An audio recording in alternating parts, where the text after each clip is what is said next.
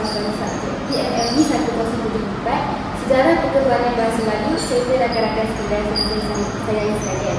Alhamdulillah, bersyukur kehadrat ilahi kerana dengan limpah kurnia dan izinnya kita dapat bersama-sama dalam forum ilmiah yang bertajuk Penelitian Pemakin Peradaban Bahasa Melayu yang berfokuskan peranan dan pemikiran tokoh dalam memartabatkan bahasa Melayu.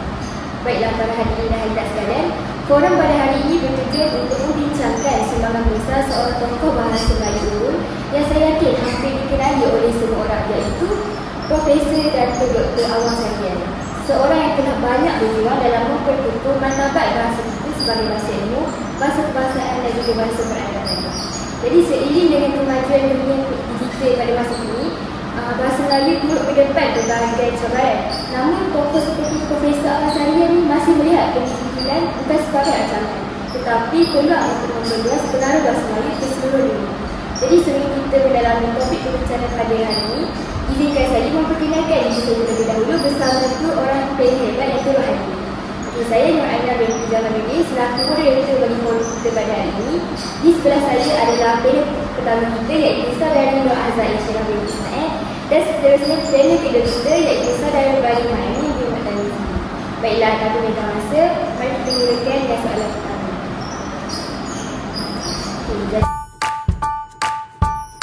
Jadi Saudari Azhar, you tak sadari kongsikan biodata ringkas Profesor Dato' Dr. Awang Sadian dan juga sedikit latar belakang pendidikan dan juga pengalaman awal beliau sehingga dikenali sebagai tokoh bahasa Melayu yang dihormati.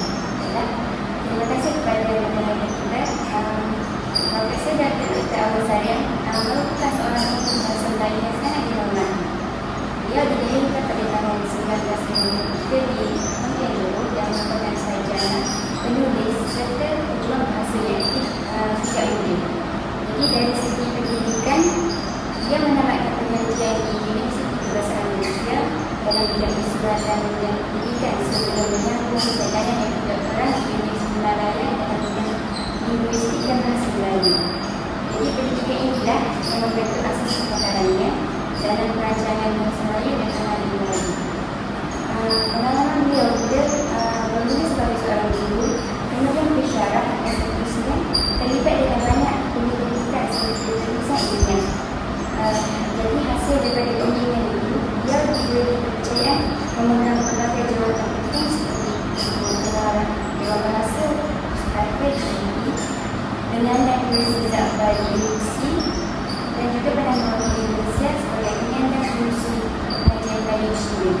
Jadi kalau kita tanya sebagai kesimpulannya, latar belakang data pendidikan yang itu, pengalaman akademik yang luas dan perjuangan penulisan dalam martabat bahasa Melayu menjadikan beliau salah seorang tokoh yang dikenali dalam negara. Baiklah, terima kasih atas penjelasan yang begitu jelas dan komprehensi daripada kita. Dari perkongsian yang tadi dapat disimpulkan bahawa Profesor ini bukan sahaja memiliki latar pendidikan buku, malah perjalanan akademik beliau juga turut membentuk asas kepakaran dalam linguistik dan perancangan bahasa Melayu. Bermula sebagai seorang pendidik, beliau berkembangkan menjadi sebagai pensyarah, pendidik dan akhirnya memikul tanggungjawab besar dalam institusi penting untuk PDP serta fungsi pengajian Melayu termasuk di peringkat antarabangsa. Baik, soalan saya yang kedua juga masih pada panel kita. Jadi saya nak tanya sikit Saudari Azhar, apakah sumbangan besar Profesor Awang Sadian dalam memartabatkan bahasa Melayu sama ada dari pendidikan, penulisan dan juga perancangan dan bahasa? Profesor Dr. Awang Sadian ini telah berperan besar dalam memartabatkan bahasa Melayu dari pendidikan, penulisan dan perancangan dasar bahasa. Jadi dalam pendidikan, dia mengajar bahasa Melayu dan linguistik di Universiti Perempatan dan Antarabangsa. Kemudian dia belajar serta menekankan kepentingan bahasa Melayu sebagai bahasa kebangsaan dan bahasa ilmu. Melalui penulisan beliau menghasilkan buku, artikel dan tulisan kerja ilmiah yang menjadi rujukan penting untuk membantu mendokumentasikan bahasa dan memperkukuh kedudukannya dalam masyarakat. Jadi melalui perancangan dasar bahasa beliau, sebagai ketua pengarang yang menghasilkan kata, dia terlibat dalam rangka dasar yang memperkukuh penggunaan bahasa Melayu di sekolah yang diam dan tepat awal. Jadi sederhananya, sumbangan beliau dalam menghasilkan bahasa Melayu terus dihormati, relevan dan berkembang dengan era moden. Baiklah, terima kasih pada pendengar kita atas penjelasan yang begitu perinci dan hormat. Jadi daripada penjelasan tadi, kita dapat melihat betapa besarnya sumbangan Profesor Datuk Dr. Ahmad Syariah dalam menambahkan bahasa Melayu melalui 3 kelas utama, iaitu pendidikan, penulisan dan juga bahasa bahasa. Jadi melalui pendidikan, beliau bukan sahaja mendidik individu dan juga luar negara, malah turut membimbing generasi baharu sarjana bahasa. Dalam bidang penulisan pula, karya-karya ilmiah beliau begitu penting dan kepimpinan beliau sendiri berjaya memperkukuh penggunaan bahasa kebangsaan di berbagai lapangan. Okey, baiklah, sekarang saya beralih pada yang kita.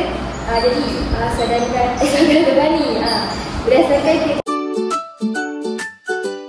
kerjaya dan perjuangan ini, apakah peranan utama yang dimainkan oleh Profesor Ahmad Syariah dalam mengukuhkan pendidikan bahasa Melayu di tingkat negara dan antarabangsa? Baiklah, terima kasih kepada saudara atas soalan yang diberikan. Baiklah, berikut merupakan peranan utama Ahmad Syariah ini. Peranan Ahmad Syariah ini dapat dilihat daripada 3 aspek. Yang pertama, peranan intelektual. Beliau ini merupakan sarjana yang menghasilkan banyak karya ilmiah dan pemikiran kritikal tentang bahasa Melayu. Tulisan-tulisannya telah sering dijadikan sebagai rujukan kepada para akademik, pelajar serta penggemar dasar. Yang kedua iaitu peranan kepimpinan. Semasa menjadi ketua pengarah DAP, beliau banyak memperjuangkan pelaksanaan Akta Bahasa Kebangsaan dan menggesa semua agensi kerajaan menggunakan menghormati penggunaan bahasa Melayu dalam urusan rasmi. Yang ketiga, peranan diplomasi bahasa. Dengan pelibatan beliau di berbagai negara seperti negara China serta Indonesia, beliau menjadi jambatan diplomasi budaya dan bahasa dan banyak mempromosikan bahasa Melayu di peringkat antarabangsa. Baiklah, terima kasih pada panel kita atas soalan yang sangat jelas tadi. Daripada perkongsian panel tadi, kita dapat melihat bahawa Profesor Datuk Dr. Ahmad Syariah dalam menambahkan bahasa Melayu bukan sahaja luas, malah sangat strategik. Dia menekankan 3 aspek penting tadi kan, iaitu peranan intelektual, kedua kepimpinan beliau di DAP dan 3 peranan diplomasi bahasa yang dibawa ke pentas antarabangsa yang menjadikan beliau jambatan budaya antara Malaysia dan juga negara luar. Jadi saya akan terus dengan soalan seterusnya. Jadi saudara Terbani, apakah idea atau prinsip bahasa yang sering ditekankan oleh Profesor Ahmad Syariah dalam perjuangannya, terutamanya berkaitan bahasa Melayu sebagai bahasa ilmu dan juga bahasa kebangsaan? Baiklah, antara idea utama beliau adalah menjadikan bahasa Melayu ini sebagai bahasa ilmu. Beliau berpendapat bahawa kemajuan sesebuah bangsa itu bergantung kepada kekuatan bahasa ilmu itu sendiri. Oleh itu, bahasa Melayu ini perlu digunakan dalam pendidikan tinggi, pendidikan dan penerbitan ilmiah. Seterusnya, bahasa ialah manual kepada bangsa. Beliau sering menegaskan bahawa bahasa ini bukan sekadar alat komunikasi, tetapi identiti dan harga diri. Kedaulatan bahasa itu mesti dipertahankan. Bagi Profesor Dr. Ahmad Syariah, bahasa Melayu perlu dilaksanakan tanpa berkompromi dalam urusan rasmi kerajaan serta pendidikan. Dan yang keempat, pengantarabangsaaan bahasa Melayu. Beliau mencadari bahawa bahasa Melayu ini mempunyai potensi besar untuk menjadi bahasa serantau dan antarabangsa, selaras dengan sejarah dan kedudukannya di Nusantara. Baiklah, terima kasih kepada saudara kami atas penjelasan yang begitu mendalam tentang idea utama Profesor Datuk Dr. Ahmad Syariah. Dari penerangan tadi, kita dapat melihat bahawa pemikiran beliau mengenai bahasa Melayu benar-benar bersifat menyeluruh dan jauh ke hadapan. Saudara kami juga tadi menekankan rasa utama, iaitu keyakinan beliau bahawa bahasa Melayu perlu menjadi bahasa itu. Kedua, pendirian tegas beliau bahawa bahasa ialah mahu bangsa, mengabaikannya bererti menenangkan identiti sendiri. Ketiga, beliau menuntut agar kedaulatan bangsa dilaksanakan tanpa kompromi dalam urusan rasmi dan sistem pendidikan, dan akhirnya berantara bahasaan, bahasa Melayu yang melihat bahasa ini sebagai bahasa selangkah dan global diselari dengan sejarah dan kedudukan yang bersama. Okey, jadi untuk soalan terakhir, saya ingin tanya kepada lembaga PhD kita, ini saya nak tanya, apakah tanggungjawab dan misi yang cuba dibawa oleh Profesor Awasarian dalam menggerakkan masyarakat, institusi pendidikan dan negara ke arah mengabatkan bahasa Melayu? Profesor Dr. Awasarian mempunyai tanggungjawab dan misi untuk menggerakkan bahasa Melayu di masyarakat, institusi pendidikan dan negara. Beliau juga menekankan penggunaan bahasa Melayu secara betul dalam kehidupan seharian dan menghargai warisan budaya Melayu. Dari pendidikan, beliau mendorong pelajar dan guru memahami kepentingan bahasa Melayu sebagai alat ilmu dan identiti bahasa.